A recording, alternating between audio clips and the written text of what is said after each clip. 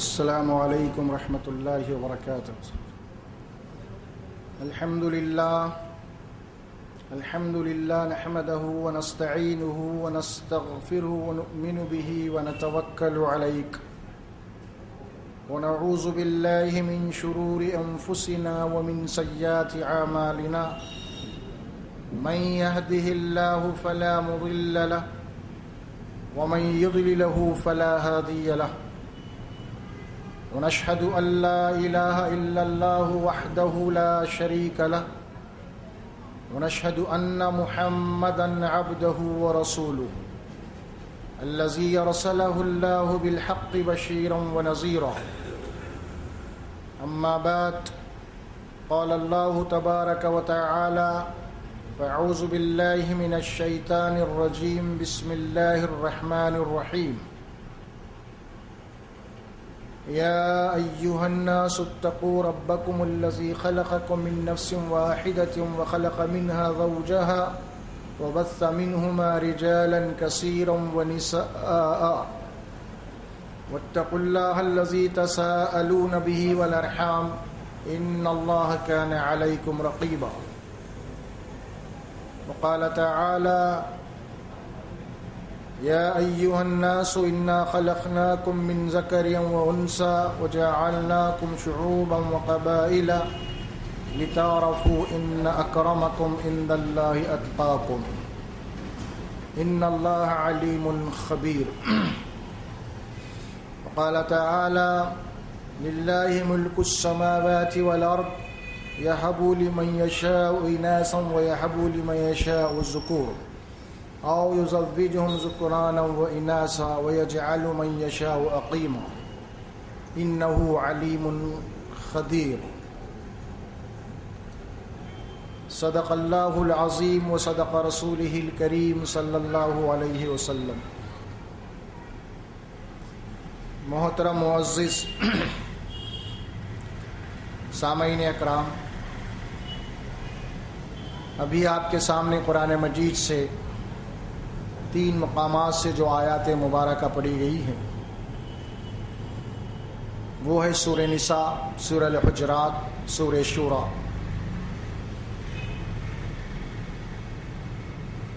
آج کی گفتگو کا جو موضوع ہے ہمارا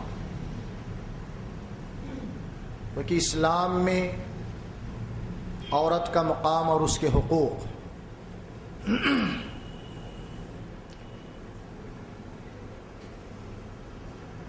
اسی لیے ان آیات کا انتخاب کیا گیا جس میں اللہ سبحانہ و تعالی سب سے پہلے تمام انسان سے خطاب کیا، یا ایھا الناس، اے انسانوں، اپنے پالنہار، اپنے پرورش کرنے والے کی نافرمانی سے بچو۔ یا ایھا الناس اتقوا ربکم، جو تمہارا رب ہے، جو تمہارا پالنہار ہے، جس نے تم کو پیدا کیا ہے، جس سے تمہاری پرورش کر رہا ہے، ہر آن ہر لمحہ تمہاری ضرورتوں کو پورا کر رہا ہے، اس کی نافرمانی سے بچو، اس کی اطاعت کرو۔ اس کی قدرت کیا ہے؟ جس نے ایک نفس کو بنایا، اسی نفس سے اس کا ایک جوڑا بنایا، حضرت آدم، اور اسی ایک جوڑے سے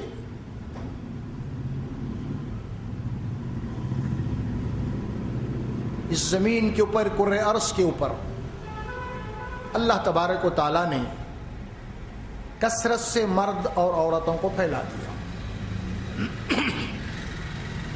وَبَثَّ مِنْهُمَا رِجَالًا كَثِيرًا وَنِسَاءً،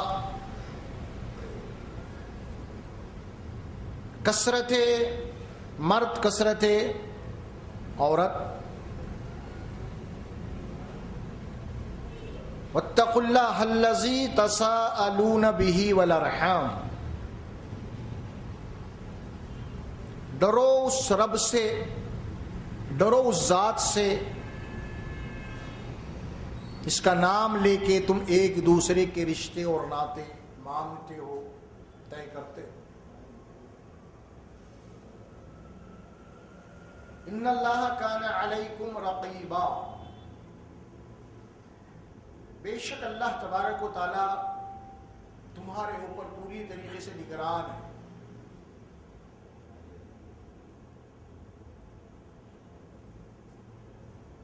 تو اس آیت مبارکہ میں اور دوسری آیت سورۃ الحجرات میں یا ایھا الناس انا خلقناکم من ذکر و انثی، اے انسانوں ہم نے تم کو ایک مرد اور ایک عورت سے وجود میں لایا ہے۔ تمام انسان، جتنے بھی انسان اس دھرتی پہ پائے جاتے ہیں وہ سب کے سب ایک مرد اور ایک عورت کے اولاد ہیں۔ وَجَعَلْنَاكُمْ شُعُوبًا وَقَبَائِلَ، اس کے بعد ہم نے کیا کیا؟ تم کو خاندان اور قبیلوں میں تقسیم کر دیا۔ ہے تو ایک باپ کی اولاد تم، لیکن بعد میں کیا کیا ہم نے؟ خاندان اور تقسیموں میں تمہیں بانٹ دیا، تقسیم کر دیا۔ یہ خاندان اور قبیلوں میں بانٹا کیوں؟ لِتَعَارَفُوا، تاکہ انسان کی آبادی کثرت سے ہو جانے کے بعد تم ایک دوسرے کو جان سکو، پہچان سکو کہ فلاں آدمی فلاں قبیلے کا، فلاں آدمی فلاں خاندان کا ہے۔ ان اکرمکم عند اللہ اتقاکم، بے شک اللہ کے پاس عزت و اکرام والا وہی ہے جو متقی اور پرہیزگار ہوگا۔ ان اللہ علیم خبیر، بے شک اللہ تبارک و تعالی سب کچھ جاننے والا اور سب کی خبر رکھنے والا ہے۔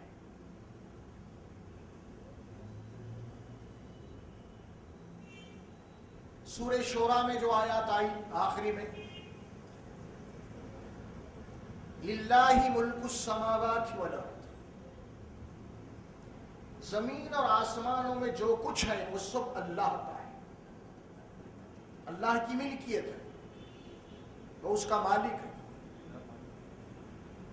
یَحْبُ لِمَن یَشَاءُ إِنَاثًا، اللہ جسے چاہتا ہے لڑکیاں عطا کرتا ہے،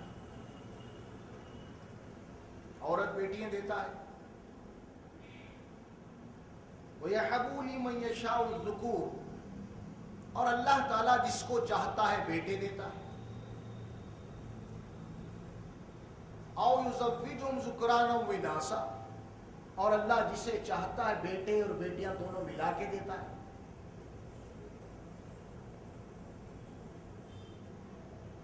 اور وَيَجْعَلُ مَن يَشَاءُ عَقِيمًا، اور اللہ جسے چاہتا ہے نہ تو بیٹے دیتا ہے نہ تو بیٹیاں دیتا ہے، بانجھ رکھ دیتا ہے۔ إِنَّهُ عَلِيمٌ خَبِيرٌ، بے شک وہ ہر شے کا علم رکھنے والا اور قدرت والا ہے، قدرت والا ہے۔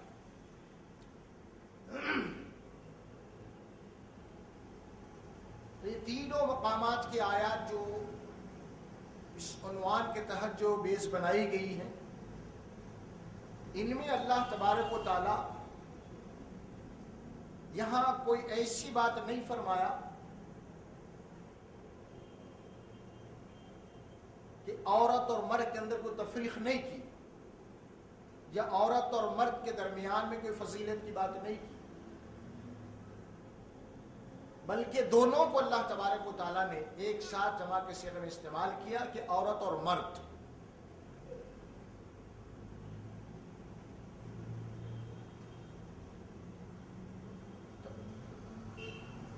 اب اس میں ظاہر ہے کہ اگر کسی کو اللہ لڑکے دے رہا ہے تو وہ اللہ کی عطا ہے اس کو، اگر کسی کو لڑکیاں دے رہا ہے تو وہ بھی اللہ کی عطا ہے، اگر کسی کو اللہ نے بیٹے اور بیٹیاں دے رہا تو یہ بھی اس کو اللہ کی عطا ہے۔ اگر اللہ تبارک و تعالیٰ کسی کو نہ تو بیٹے دے رہا نہ تو بیٹیاں دے رہا ہے تو اللہ تبارک و تعالیٰ کا اس کا علم اور حکمت ہے.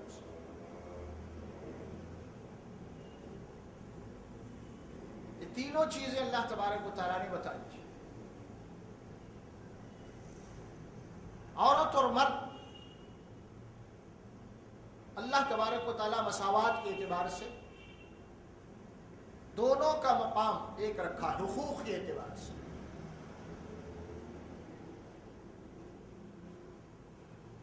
عورت کا مقام اسلام کے اندر بہت ہی اونچا ہے، بہت ہی اونچا ہے. عورت کا احترام، اس کی عزت، اس کی آبرو، اس کا مقام، اس کا درجہ اللہ تبارک و تعالیٰ نے بہت اعلیٰ رکھا ہے. عورت بحیثیت ایک ماں ہے، عورت بحیثیت ایک بیٹی ہے، عورت بحیثیت ایک بہن ہے، عورت بحیثیت ایک بیوی ہے. اور اسلام کے اندر عورت کے جیسے جیسے اس کے مقام بدلتے ہیں. اب بیٹی ہے، بیٹی سے جب وہ ماں بنتی ہے تو اس کا مقام بہت اعلیٰ ہوتا ہے. چنانچہ یہ ایک مشہور حدیث سبھی جانتے ہیں، الجنت تحت اقدام امہات، جنت جو ہے ماں کی قدموں کے نیچے. ماں کا مقام، ماں اور باپ کی مقابلے میں ماں کا زیادہ مقام بتایا گیا قرآن حدیث میں.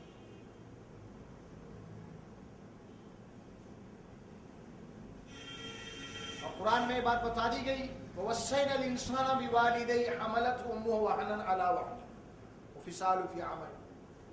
ہم نے انسان کو تاکیدی حکم دیا ہے جو اپنے ماں باپ کے ساتھ احسان کرے، اور خصوصیت کے ساتھ ماں کے ساتھ، کیونکہ اس نے تمہاری پرورش کے لیے جو مصیبتیں اٹھائی ہیں، جو قربانیاں دی ہیں، اس کی مثال کسی اور مقام پہ نہیں مل سکتی. یہ ماں کا مقام ہے. اسی لیے ماں کا درجہ بہت ہی بلند ہے اسلام باپ کے مقام. ماں ظاہر ہے کہ ایک عورت کا ایک روپ ایک ماں کا ہے، بیٹی کا ہے، بیوی کا ہے، لیکن ماں کا جو روپ ہے، ماں کا جو مقام ہے، سب سے اعلیٰ ترین مقام ہے. احادیث میں کثرت سے یہ بات آئی ہے. اللہ کے رسول صلی اللہ علیہ وسلم نے فرمایا ہے، جب آپ سے یہ پوچھا گیا کہ یا رسول اللہ صلی اللہ علیہ وسلم سب سے زیادہ میری خدمت کے مستحق کون ہے، تو آپ صلی اللہ علیہ وسلم نے فرمایا کہ امک، تیری ماں ہے. 3 مرتبہ سوال ہوا تو 3 مرتبہ آپ نے یہی فرمایا کہ ثم امک ثم امک، تیری ماں کا مقام ہے، تیری ماں کا مقام ہے، تیری ماں کا مقام ہے. 4تھی مرتبہ باپ کا مقام فرمایا، ثم ابوک، پھر ثم ادناک و ادناک، پھر اس کے بعد جو تمہارے قریب ترین رشتہ دار ہیں ان کا مقام. تو گویا کہ 3 مرتبہ بھی رسول اللہ صلی اللہ علیہ وسلم سے سوال کیا گیا مقام کے اعتبار سے اور حقوق کے اعتبار سے، تو آپ نے 3 مرتبہ بھی جو ہے نا ماں کا نام لیا، اور 4تھی مرتبہ آپ نے باپ کا نام. تو گویا کہ حقوق کے اعتبار سے اسلام میں باپ کو 4تھے مقام پہ رکھا گیا ہے. پہلا مقام بھی ماں کو دیا گیا، دوسرا مقام بھی ماں کو دیا گیا، تیسرا مقام بھی ماں کو دیا گیا، اور 4تھا مقام باپ کو دیا گیا. اسی لیے وہ حدیث جو مشہور ہے کہ تمہاری ماں کی قدموں کے نیچے جنت ہے. تو ماں بحیثیت ایک عورت ہے، تو عورت کا مقام اور مرتبہ اس اعتبار سے میں یہ آپ کے سامنے پیش کر رہا ہوں. رسول اللہ صلی اللہ علیہ وسلم نے فرمایا کہ جس کے یہاں 2 بیٹیاں پیدا ہو جائیں، اگر ان کی تعلیم و تربیت کر کے اگر وہ ان کا نکاح کر دے، اللہ کے نبی نے فرمایا کہ جنت میں میرے ساتھ اس طرح رہے.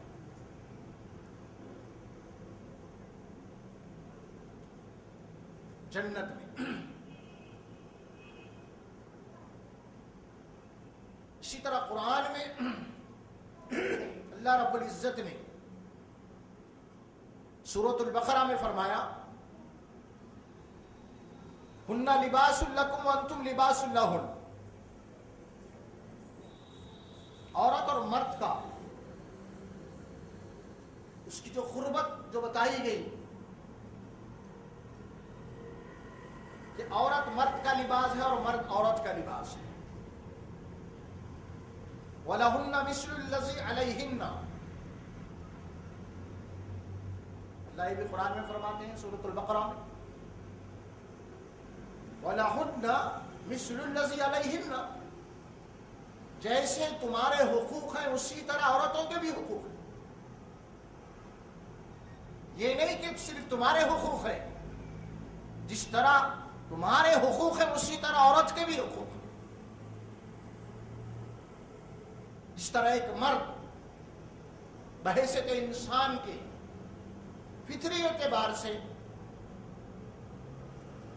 جو خواہشات جو جذبات رکھتا ہے،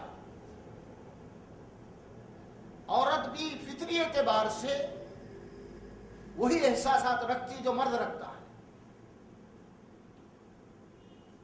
لہذا اسلام کے اندر عورت کو ڈیگریڈ نہیں کیا گیا، اسلام کے اندر عورت کی توہین نہیں کی گئی، بلکہ عورت کو دور جہالت میں اس کے اوپر ظلم کیا گیا تھا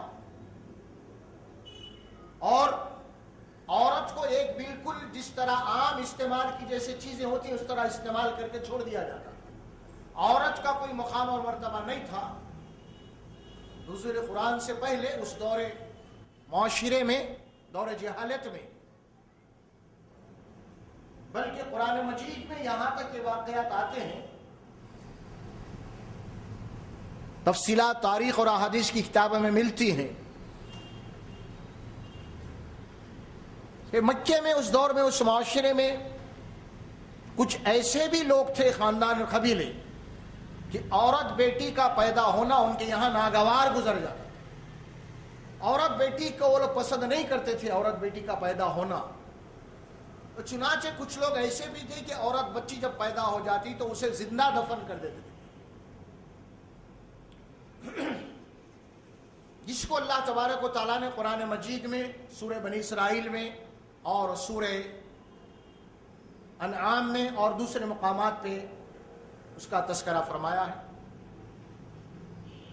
سورہ بنی اسرائیل میں اللہ تبارک و تعالیٰ فرماتے وَلَا تَقْتُلُوا أَوْلَادَكُمْ خَشْيَةَ إِمْلَاقٍ نَحْنُ نَرْزُقُهُمْ وَإِيَّاكُمْ إِنَّ قَتْلَهُمْ كَانَ قِطْعًا كَبِيرًا. کہ تم اپنی اولاد کو افلاس کے ڈر سے، مفلسی کے ڈر سے قتل مت کرو. کیوں؟ اسی لیے ان کی رزق کا بھی انتظام ہمارے ذمے، تمہاری رزق کا بھی انتظام ہمارے ذمے. تم کو بھی روزی دینے والے ہم ہی ہیں، میں ان کو بھی روزی دینے والے ہم ہی ہیں. تم یہ مت سمجھو کہ تمہاری اولاد کی روزی تمہارے اختیار میں ہے، اور نہ تم یہ سمجھو کہ تمہاری روزی تمہارے اختیار میں ہے. نہ تو تمہارا رزق تمہارے اختیار میں ہے، نہ تو تمہاری اولاد کا رزق تمہارے اختیار میں ہے. رازق تو حقیقی ہم ہیں، پالنے والے پرورش کرنے والے تو ہم ہیں، رزق کا انتظام کرنے والے ہم ہیں. ایک دانے کو ہزاروں دانے ہم بنا رہے ہیں. تم ایک دانہ زمین میں پھینکتے ہو، لیکن جب فصل اگتی ہے تو ہزاروں کی تعداد میں دانے آتے ہیں. اس کے پیدا کرنے والے کون ہیں؟ ہم ہیں. فرمایا تم نہیں ہیں. ان قتلہم کان قطعا کبیرا، بے شک ان کا قتل کرنا اللہ کے یہاں بہت بڑا گناہ ہے، بہت بڑا گناہ ہے. عرب کے اندر دور جاہلیت میں رسول اللہ صلی اللہ علیہ وسلم کی بعثت سے پہلے، نزول قرآن سے پہلے، اس معاشرے میں ایسے افراد موجود تھے. سب کے سب ایسے نہیں تھے، لیکن ایسے بھی افراد تھے. چنانچہ تاریخ میں عرب کی ہمیں واقعات ملتے ہیں اور احادیث کی کتابوں میں بھی ملتے ہیں. جب عورت حاملہ ہو جاتی اور اس کے زچگی کے دن قریب آ جاتے تو سب سے پہلے گڑھا کھود دیتے. اگر لڑکی پیدا ہو گئی تو فوری لے کے جا کے گڑھے میں دفن کر دیتے اس کو زندہ. یہ دور جاہلیت کی باتیں ہیں.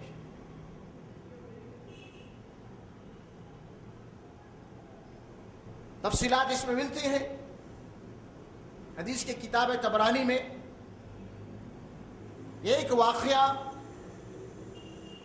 سناتا ہوں میں آپ کے سامنے. ایک شخص دور جاہلیت کے اپنے ان واقعات کو سنا رہا تھا جو ایمان لانے کے بعد. چنانچہ اپنی زندگی کا آپ بیتا ایک واقعہ اس نے سنایا کہ یا رسول اللہ صلی اللہ علیہ وسلم میں نے اپنی بیٹی کو اپنے ہاتھوں سے جو ہے نا زندہ دفن کیا. اس کی تفصیلات یہ تھی وہ شخص شادی کیا اور شادی کرنے کے بعد اس کی بیوی حاملہ ہو گئی اور وہ اپنے وطن سے تجارت کے لیے دور چلا گیا اور اس کے جانے کے بعد لڑکی پیدا ہوئی اور جب لڑکی پیدا ہوئی تو ماں نے جو ہے اپنے باپ کے اپنے شوہر کے ڈر سے اپنی بچی کو دوسروں کے یہاں پرورش کے لیے دے دیا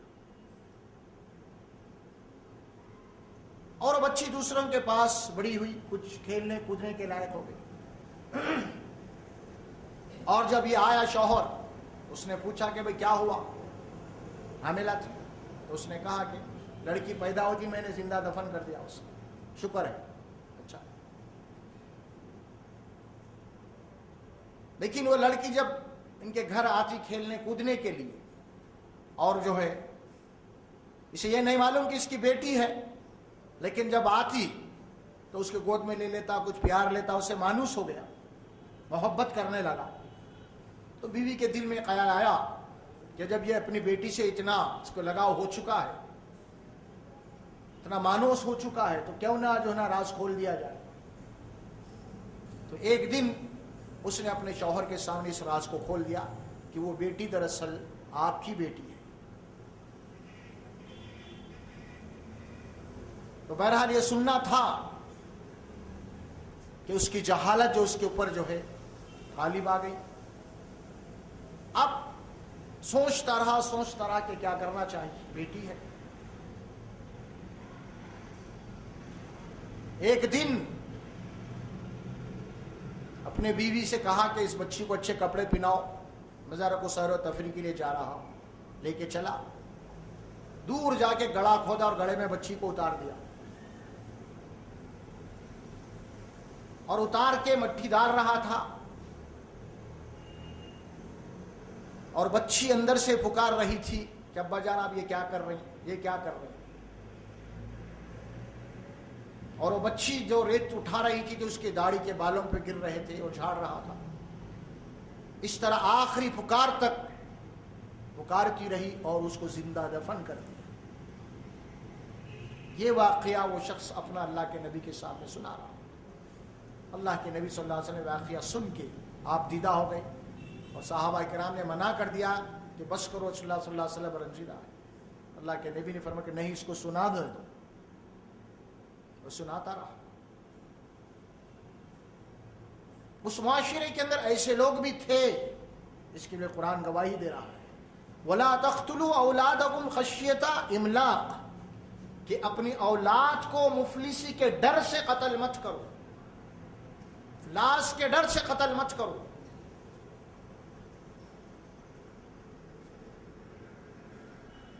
دور جاہلیت کا واقعہ ہے. چنانچہ قرآن مجید میں اس کا نقشہ کھینچا گیا سورہ النحل میں وَإِذَا بُشِّرَ أَحَدٌ بِالْأُنثَىٰ ظَلَّ وَجْهُهُ مُسْوَدًّا وَهُوَ كَظِيمٌ. جب ان لوگوں کو اللہ کی طرف سے کوئی خوشخبری دی جاتی ہے اولاد کی اور وہ بھی لڑکی پیدا ہونے کی اور لڑکی پیدا ہونے کی خبر سننے کے بعد وہ غمزدہ ہو جاتا اور غم کے گھونٹ پینا شروع کر دیتا. یہ کیا ہو گیا مجھے لڑکی پیدا لڑکی کا باپ بن گیا میں.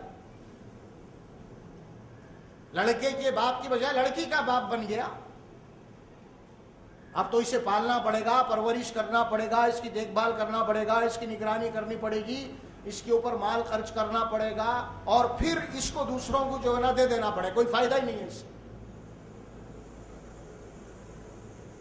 قرآن میں سورہ نحل میں اللہ نے جو فرمائی ہے بات, وَإِذَا بُشِّرَ أَحَدٌ بِالْأُنثَىٰ ظَلَّ وَجْهُهُ مُسْوَدًّا وَهُوَ كَظِيمٌ, اس کی چہرے کی رونق اڑ جاتی ہے اور اس کا چہرہ سیاہ پڑ جاتا ہے. وَهُوَ كَظِيمٌ, اور وہ غم کے گھونٹ پینا شروع کر دیتا ہے کہ بیٹی کی پیدائشی خوشخبری کی وجہ سے. يَتَوَارَىٰ مِنَ الْقَوْمِ مِنْ سُوءٍ,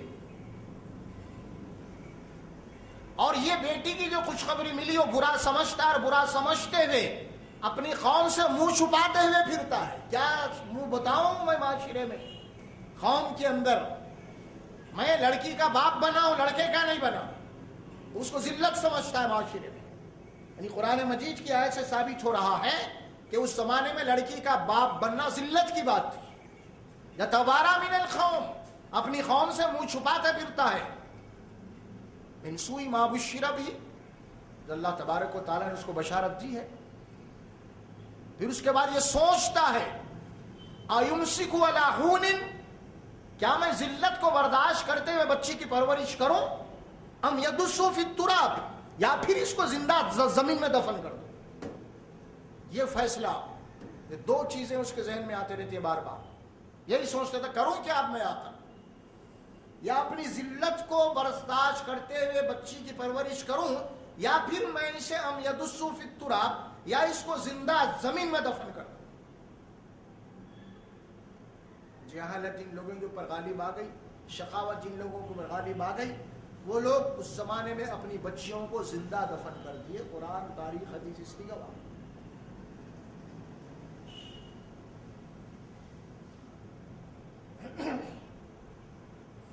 دور جاہلیت میں, اب یہاں پہ ہمیں ایک جائزہ لینا ہے کہ ہم جس دور سے گزر رہے ہیں یہ دور علمی دور ہے, ہیومن رائٹس کا دور ہے, انسانی حقوق کا سب سے زیادہ علم برداری کا دور ہے.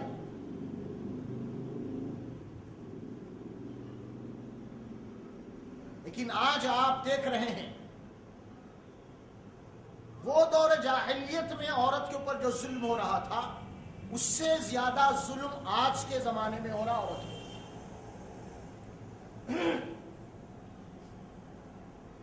اگر آپ سروے کریں گے, غور کریں گے, اس وقت دور جہالت میں جس طرح عورت غیر محفوظ تھی, جس طرح دور جاہلیت میں عورت مظلوم تھی, جس کے کوئی حقوق, جس کے کوئی رائٹس نہیں تھے, آج بھی بالکل اس سے کہیں زیادہ عورت غیر محفوظ ہے. اس کے کوئی رائٹس نہیں ہے, صرف کتابوں میں ہے, صرف نعرے بازی کے اندر ہے, لیکن عملی طور پہ آج اسے وہ حقوق نہیں دیے جا رہے جو اس کا حق ہے.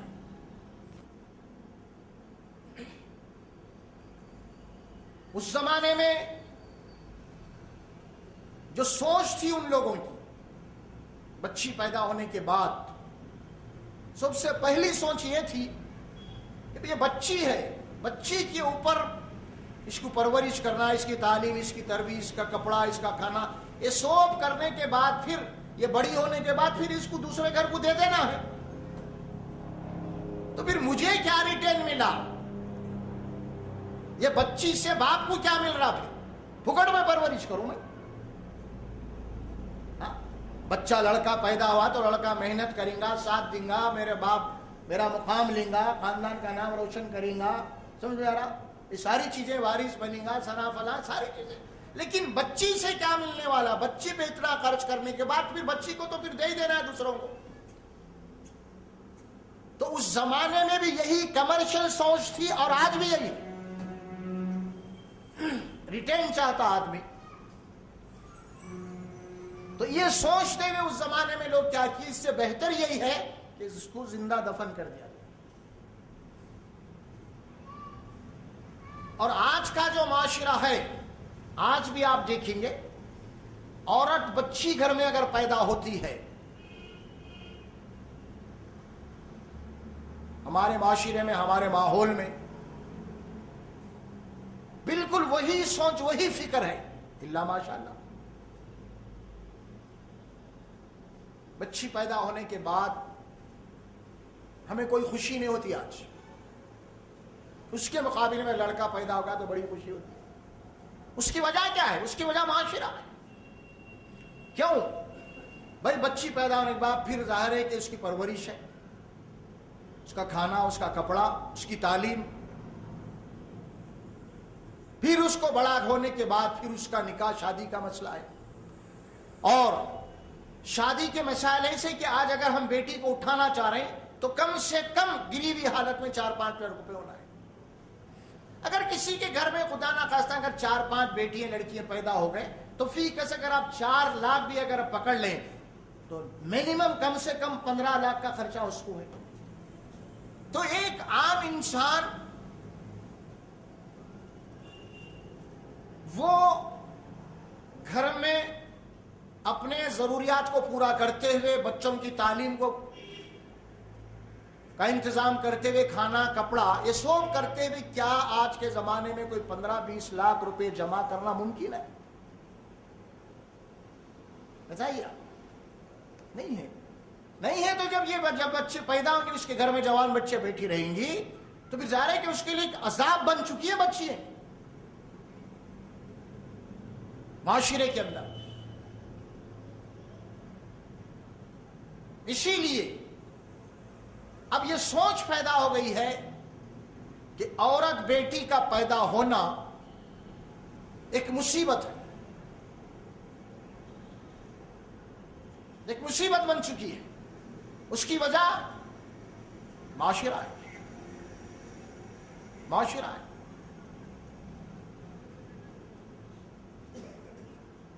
تو اسی لیے آج لوگ عورت بیٹی پیدا ہونے سے پہلے دور جاہلیت میں پیدا ہونے کے بعد اس کو زندہ دفن کر دیتے تھے، لیکن آج ترقی کا زمانہ ہے، آج ہم اس کو پیٹ میں ہی ختم کر دے رہے ہیں، اسکیننگ کے ذریعے سے، الٹرا ساؤنڈ کے ذریعے سے یہ معلوم کر رہے ہیں کہ بچہ ہے یا بچی ہے۔ اگر بچی ہے تو وہیں پہ اس کا آپریشن ہو رہا ہے یا اس کا جو ہے نا ابورشن ہو رہا ہے، حمل کو ساخت کیا جا رہا ہے۔ یہ وہی کیفیت ہے جو دور جاہلیت میں تھی، کیونکہ تب کا انسان جاہل تھا، اسی لیے پیدا ہونے کے بعد زندہ دفن کر دیا۔ اور آج کا انسان چونکہ ترقی یافتہ ہے، اسی لیے اتنی ترقی کیا ہے کہ پیٹ میں کیا ہے معلوم کر کے اگر لڑکی ہے تو وہیں پہ اس کی خبر بنا دے رہا ہوں۔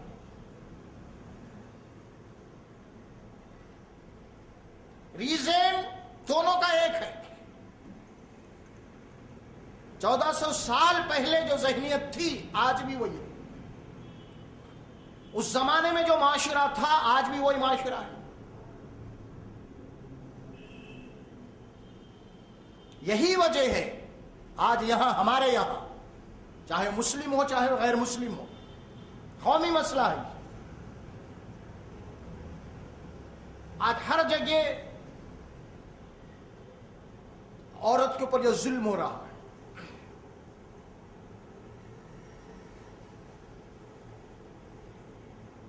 اسی لیے اللہ کے نبی صلی اللہ علیہ وسلم نے بشارت دی ہے، جس کے یہاں 2 لڑکیاں پیدا ہو جائیں، اس کی تعلیم اور تربیت کر کے اور نکاح کر دے تو وہ جنت میں میرے ساتھ رہے۔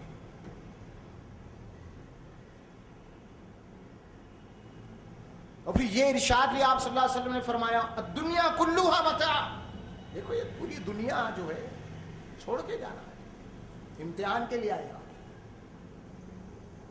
وخیر متاع الدنیا المرأۃ الصالحہ، اور دنیا کی بہترین اگر کوئی چیز ہو سکتی ہے وہ تمہارے لیے نیک عورت ہے، تمہارے جیون ساتھی ہے، تمہاری شریک حیات ہے، تمہاری لائف پارٹنر ہے۔ ایمان والے مرد اور ایمان والی عورتیں یہ ایک دوسرے کے ساتھی ہیں۔ المؤمنون والمؤمنات بعضهم من بعض،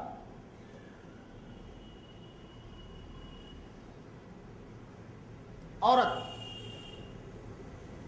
اسلام میں اس دور جاہلیت میں جو معاملہ تھا، عورت کو ایک بالکلیہ طور پہ استعمال کرنے کی چیز سمجھتے تھے۔ عورت کے کوئی رائٹس نہیں تھے، اس کو کوئی حقوق نہیں تھے، اس کا کوئی مقام نہیں تھا، جائیداد میں اس کا کوئی حصہ نہیں تھا۔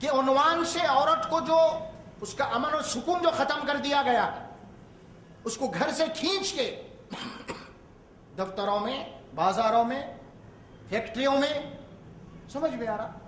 ایک کمزور مرد کے مقابلے میں فزیکل طور پہ عورت کمزور ہے جسمانی اعتبار سے،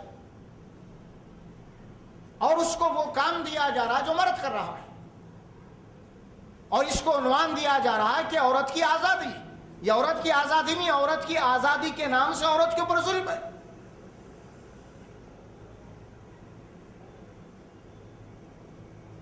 تو حقوق ہے نسواں، عورت کی آزادی کا جو نعرہ آج مغرب دیا ہے، وہ دراصل عورت کے اوپر ظلم ہے، اس کی آزادی کے نام سے، اس کے حقوق کے نام سے۔ اسی لیے قرآن نے جو بات کہی، الرجال قوامون علی النساء بما فضل اللہ بعضهم علی بعض وبما انفقوا من اموالهم، اللہ نے مردوں کو عورتوں کا ذمہ دار اور محافظ بنایا ہے۔ دیکھیے اب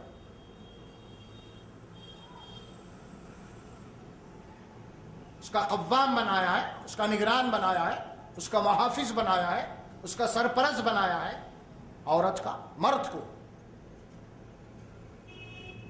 اللہ نے مرد کو ایک فضیلت دی ہے عورت کے اوپر، اور وہ اس وجہ سے دی ہے بما انفقوا من اموالہم، کیونکہ مرد جو ہے محنت مزدوری کر کے، مشقت کر کے، اپنی پسینے کی کمائی کو لا کے اپنی عورت اور اپنے بچوں پہ خرچ کرتا ہے، اس اعتبار سے اس کو ایک گریڈ دیا گیا ہے، اور وہ ایک گریڈ بھی گھر کے نظم و نسق کو چلانے کے لیے دیا گیا ہے، وہ اختیار جتانے کے لیے نہیں، فضیلت جتانے کے لیے نہیں۔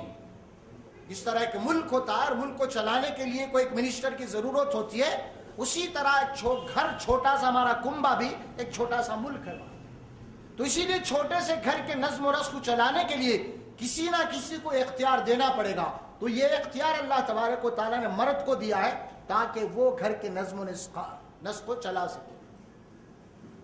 یہ نہیں کہ عورت کے اوپر اپنی فضیلت جتائے، یہ نہیں کہ عورت کے اوپر اپنا جو نہ کوئی پریشر ڈالے، یہ نہیں، نظم و نسق کو چلیے، عدل و انصاف کے لیے اختیار دینا پڑتا ہے۔ اسی لیے اللہ نے مرد کو اختیار دیا، اور وہ بھی اس کی سبب بھی بتایا، چونکہ مرد اپنی محنت اور مشقت سے اپنے جو نا خون کی کمائی، پسینے کی کمائی کو لا کے خرچ کرتا ہے، اسی لیے اس کا ایک درجہ ہے، ایک گریڈ ہے اس کا۔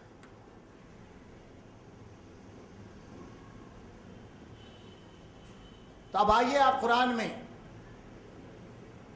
اس معاشرے سے متعلق جو باتیں کہی گئی ہیں، ہم اپنے معاشرے کو سامنے رکھ کے اس کا جائزہ لیں۔ آج ہمارے معاشرے میں عورت کا کیا مقام ہے؟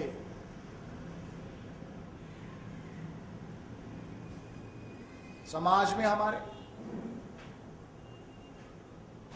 کیا ہم عورت کو وہ مقام دے رہے ہیں جو اسلام میں دیا ہے؟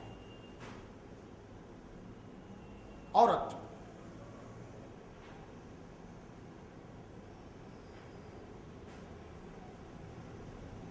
قرآن میں اللہ تبارک و تعالیٰ نے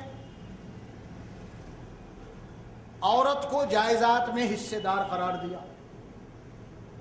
جس طرح ایک باپ ہے اور باپ کے یہاں دو بیٹے ایک بیٹی ہے، جس طرح بیٹے باپ کی جائیداد میں وارث ہوتے ہیں، اسی طرح بیٹی بھی ہوتی ہے۔ قرآن میں اللہ نے فرمایا للرجال نصیب مما ترک الوالدان والاقربون، مردوں کے لیے بھی حصہ ہے، ترکہ ہے، جو بھی ان کے باپ دادا نے چھوڑا ہے یا ان کے رشتہ داروں نے چھوڑ کے مرا ہے۔ وللنساء نصیب مما ترک الوالدان والاقربون مما قل وکثر نصیبا مفروضا، عورتوں کے لیے بھی حصہ ہے، ان کے باپ دادا نے جو جائیداد چھوڑی ہے، ان کے رشتہ دار چھوڑ کے مرے ہیں، چاہے تھوڑا ہو چاہے بڑا ہو، نصیبا مفروضا، یہ اللہ کے فرض کردہ حصے ہیں۔ تو باپ کی جائیداد میں بیٹی کا بھی حق ہے اور بیٹے کا بھی حق ہے۔ نزول قرآن سے پہلے عورت کو کوئی حق نہیں تھا کسی کی جائیداد میں سے، اگر شوہر مر چکا بیوی زندہ ہے تو شوہر کی جائیداد میں سے بھی بیوی کا حق ہے، وہ اس کی وارث ہے قانوناً، جس طرح بیٹا وارث ہوتا ہے اسی طرح بیٹی وارث ہے۔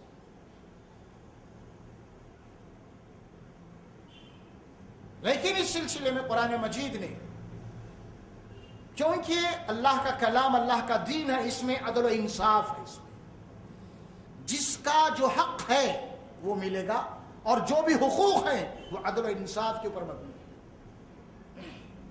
دو بیٹے ہیں، ایک بیٹی ہے، اب یہاں پہ تقسیم میں جو شریعت کے احکامات ہیں جو اللہ نے دیے ہیں، بیٹے کو ڈبل حصہ ملے گا، بیٹی کو سنگل ملے گا، بیٹے کو 2 حصے ملیں گے، بیٹی کو 1 حصہ ملے گا، یہ فرق ہے۔ اب یہاں پہ بھی اعتراض ہوا، بھئی یہاں پہ بھی عورت کی حق تلفی کی گئی ہے، کیونکہ بیٹے کو ڈبل کیوں، بیٹی کی سنگل کیوں؟ اعتراض کرنے والے کریں، اور بالکل کر سکتے ہیں، اعتراض واضح ہو رہا ہے۔ تو اس میں اللہ تبارک و تعالیٰ کی حکمت عملی کیا ہے، عدل و انصاف کیا ہے؟ یہ ایسا کیوں ہو رہا ہے کہ بیٹے کو 2 گنا، بیٹی کو 1 گنا کیوں ہو رہا ہے؟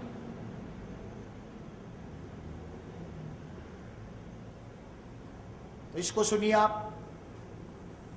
اسی لیے چونکہ اللہ تبارک و تعالیٰ نے عورت کے اوپر کوئی خرچہ نہیں ڈالا، جب تک بیٹی ہے تو باپ اس کا کفیل ہے،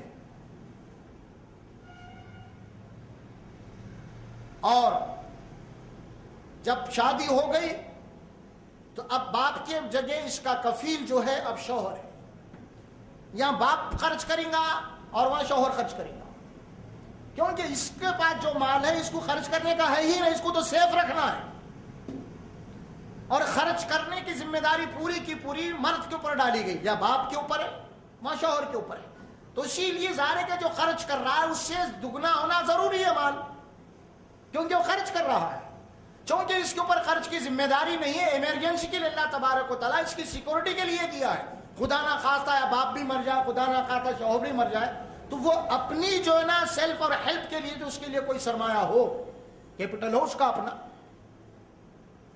اور پھر ادھر شوہر مر گیا تو پھر شوہر کی جائیداد میں بھی اس کو حصہ ہے، ادھر باپ کی جائیداد میں اس کو حصہ ہے، اور پورے کو پورا یہ محفوظ ہے، خرچ کرنا نہیں ہے، وہاں بیٹی ہے تو باپ خرچ کریں گا، اور یہاں پہ اگر بیوی ہے تو شوہر خرچ کریں گا۔ تو اس اعتبار سے اس کی جو حقوق ملے ہیں اس کو اوپر کوئی یعنی خرچ کرنے کی ذمہ داری نہیں ہے، اسی لیے اس کو حصے میں نصف قرار دیا گیا مرد کے مقابلے میں، حقوق کے اعتبار سے۔ اور وہ اسلام میں پوری آزادی دی ہے، عورت ہے اپنے مال کی تجارت کر سکتی ہے، وہ اپنا بینک بیلنس رکھ سکتی ہے، اور اللہ تبارک و تعالیٰ نے اس کو مہر کا حق دیا ہے، جو اس کا اپنا سوشل انشورنس ہے، وہ اس کا اپنا تحفظ ہے جو مرد سے لیتی ہے، وہ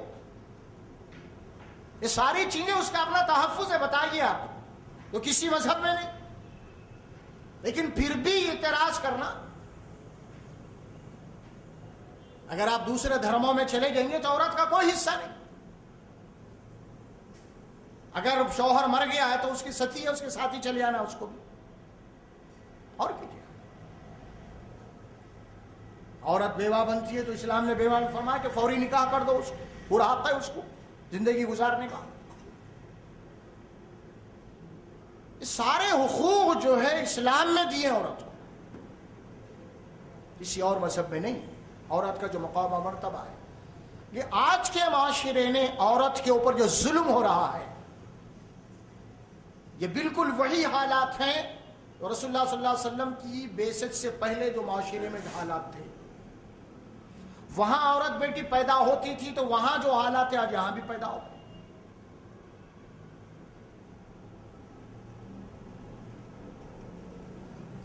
اب وہ معاشرہ اور یہ معاشرے کو سامنے رکھتے ہوئے،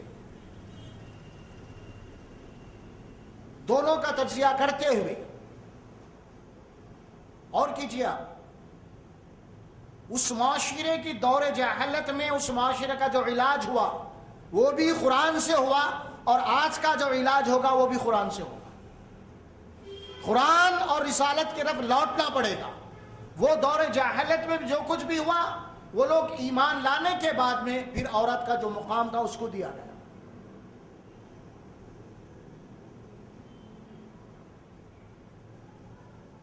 آج ہمارے گھرانوں کے اندر جو حالات پیدا ہو چکی ہیں، شادی بیاہ سے لے کے ازواجی زندگی تک عورتوں کے متعلق جو ظلم اور زیادتیاں ہو رہے ہیں، شادی کا مسئلہ آ گیا ہمارے پاس، تو آپ ذرا غور کیجئے۔ آج شادی کرنا، بیٹی کی شادی کرنا کتنا دشوار ہو چکا ہے۔ کیوں ہوا آخر ایسا؟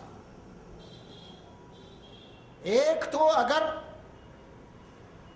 باپ نے اپنی بچی کو بچپن سے لے کے 20، 22، 25 سال تک جو پالا ہے، اس کے اوپر جو خرچ کیا، پڑھایا لکھایا بھی ہے،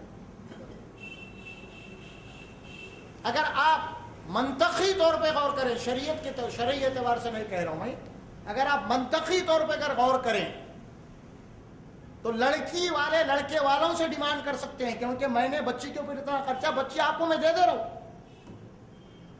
منطقی طور پہ، شرعی اعتبار سے نہیں، منطقی طور پہ یہ بات آپ کر سکتے ہیں کہ بھئی بچی کو پڑھایا ہوں، بچے کو لکھایا ہوں، اتنی پرورش کرو، 20-25 سال، ہاں میرا دل کا ٹکڑا ہے اور میں یہ آپ کے حوالے کر رہا ہوں، لہٰذا میں آپ سے ڈیمانڈ کر سکتا ہوں۔ لیکن ظاہر ہے کہ لڑکے والے ڈیمانڈ کیسا کریں گے؟ منطقی طور پر یہ بات غلط ہے، شرعی طور پہ تو غلط، چھوڑیے بات اور کچھ۔ اور آپ کی ضرورت ہے، آپ کے گھر میں آپ کو بیوی کی ضرورت ہے، آپ کو انسان اپنی ضرورت کی چیز کو حاصل کرنے کے لیے جیب سے پیسہ خرچ کرتا ہے نا؟ ظاہر ہے کہ بیوی زندگی کی سب سے زیادہ ضرورت ہے۔ آپ وہاں ایک ایسا سوچ رہے ہیں کہ بیوی بھی ہونا، پیسے بھی ہونا، کون سا فلسفہ ہے؟ کون سی شریعت ہے یہ؟ اسی لیے اسلام نے کیا کیا؟ عورت مرد کو طالب بنایا اور عورت کو مطلوب بنایا۔ طالب اور مطلوب، طالب کے معنی مجھے طلب ہے، مجھے ضرورت ہے، کس کی؟ عورت کی۔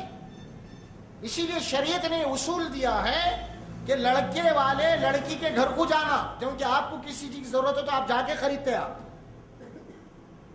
اسی لیے ڈیمانڈ جو دیا گیا لڑکی والوں کو دیا گیا، ڈیمانڈ لڑکے والوں کو نہیں دیا گیا شریعت میں۔ یہ اصول نہیں ہے کہ لڑکی والے آپ کے گھر پہ آئے، لڑکے والے آپ کے گھر پہ آ کے آپ کے بچی کو لے جاتے ہیں۔ اسی لیے نکاح جو شادی ہوتا ہے لڑکی والوں کے گھر پہ ہوتا ہے، کیونکہ آپ آئے ہیں لینے کے لیے، شریعت اصول بنا ہے، کیونکہ آپ ڈیمانڈ کر رہے ہیں اور ڈیمانڈ کرنے والا دینا، جس کو ضرورت ہے انہیں دینا، یہ اصول ہے۔ طالب اور مطلوب، کوئی بھی چیز آپ شاپنگ، شادی کی آپ پرچیسنگ کے لیے نکلتے ہیں تو بازار میں جاتے ہیں نا بھائی، سب خریدتے نا شادی کا سامان۔ تو اب شادی کا سامان جب خریدنے جا رہے ہیں تو ہر چیز پیسے دے کے ہی خریدتے نا۔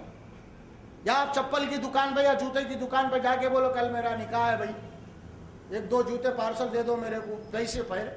دلہن پھوکٹ میں مل رہا، تم جوتے کے پیسے کیسا مانگ رہے؟ وہی مارتا جوتے۔ اگر آپ یہ بولے ارے میرے کو اتنی دلہن ہی پھوکٹ میں مل رہی ہے، تم جوتے کا بل مانگ رہے ہیں، یہ کیا ہے بھائی؟ اس کو لیا کے وہیں دیتا۔ تو مطلب کیا ہوا؟ مطلب یہ ہوا کہ آپ اپنی جو ہے نا کم سے کم ضرورت کی بھی چیز لینے جا رہے ہیں تو آپ وہاں پہ پے کر کے لانا۔ تو ظاہر ہے کہ آپ ہر چیز پیسہ خرچ کے لا رہے ہیں شادی کے عنوان سے، لیکن اصل جو عنوان ہے بیوی، آپ وہ لا کے الٹا اس سے پیسے مانگ رہے ہیں، رقم مانگ رہے ہیں۔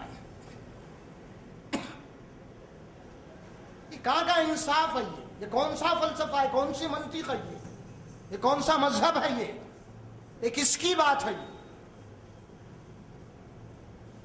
جس کی وجہ سے حالات یہ پیدا ہو چکے ہیں۔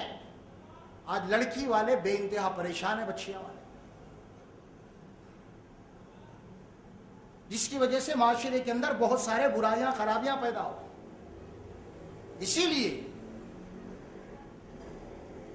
جس طرح پیٹ کی بھوک ہوتی ہے نا، اسی طرح جنسی خواہشات بھی ہوتی ہیں۔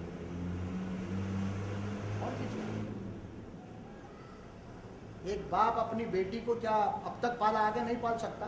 کپڑا لتا کھانا پینا نہیں دے سکتا تو آخر وہ دوسرے گھر میں کیوں دے رہا؟ اس کی جو جنسی خواہش ہے وہاں پوری ہونا جائز طور پر، اسی لیے دے رہا۔ کپڑا لتا اس کو پہنانا پالنا کوئی مسئلہ نہیں ہے اس کو، اسی لیے نکاح ہے۔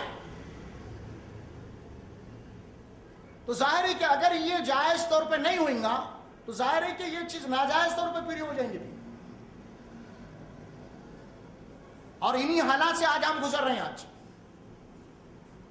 انہی حالات سے ہم گزر رہے ہیں آج۔ لڑکیاں والے کئی ایسی ہیں ضعیف ہو چکے ہیں ماں باپ، ان کے بچے جوان ہو چکی ہیں، کوئی رشتہ نہیں ہے۔ کیوں نہیں ہے؟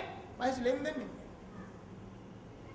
نہیں ہے، جس کی وجہ سے کوئی شریف لوگ ہیں تو کئی بچیاں ایسی ہیں جو خودکشیاں بھی کر رہے ہیں، کچھ ایسے بھی بچے ہیں جو لوگوں کے ساتھ بھاگ گئے، کچھ ایسے بھی بچے ہیں جو لوگوں کے ساتھ جناب عالی جن کا افیئر چل رہا، رات کو گھر میں آ رہے ہیں لیکن جناب عالی دوسروں کے ساتھ تعلقات بھی۔ کئی ایسی بچی ہیں جو غیر مسلموں کے ساتھ بھاگ کے شادیاں بھی کر لیے۔ یہ سب کیوں ہو رہا تھا؟ اس کی وجہ کیا کوئی ماں باپ یا کوئی بیٹی یہ چاہتی ہے؟ جی نہیں۔ اگر آپ غور کر کے دیکھیں گے اس کے پیچھے جو مجبوریاں ہیں وہ ہمارا اپنا معاشرہ ہے، ہمارا اپنا معاشرہ۔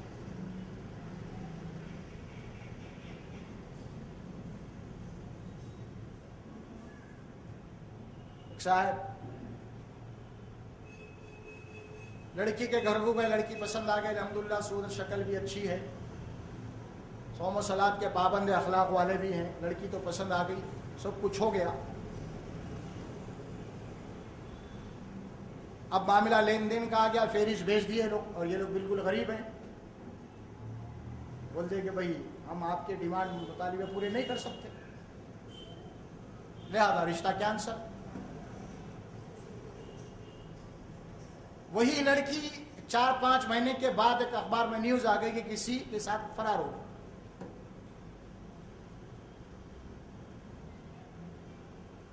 وہ جو بچی کا توڑ دیے تھے رشتہ، وہ لوگ اخبار میں پڑھ کے خوشی منا رہے تھے کہ اللہ ہم کو بچا لیا۔ ایسی لڑکی تھی، فرار ہو گئی۔ کیوں فرار ہو لڑکی؟ آپ جو خوشی منا رہے نا، لڑکی فرار نہیں ہوئی، دراصل تم نے فرار کیا اس کو، اس کے ذمہ دار تم ہیں۔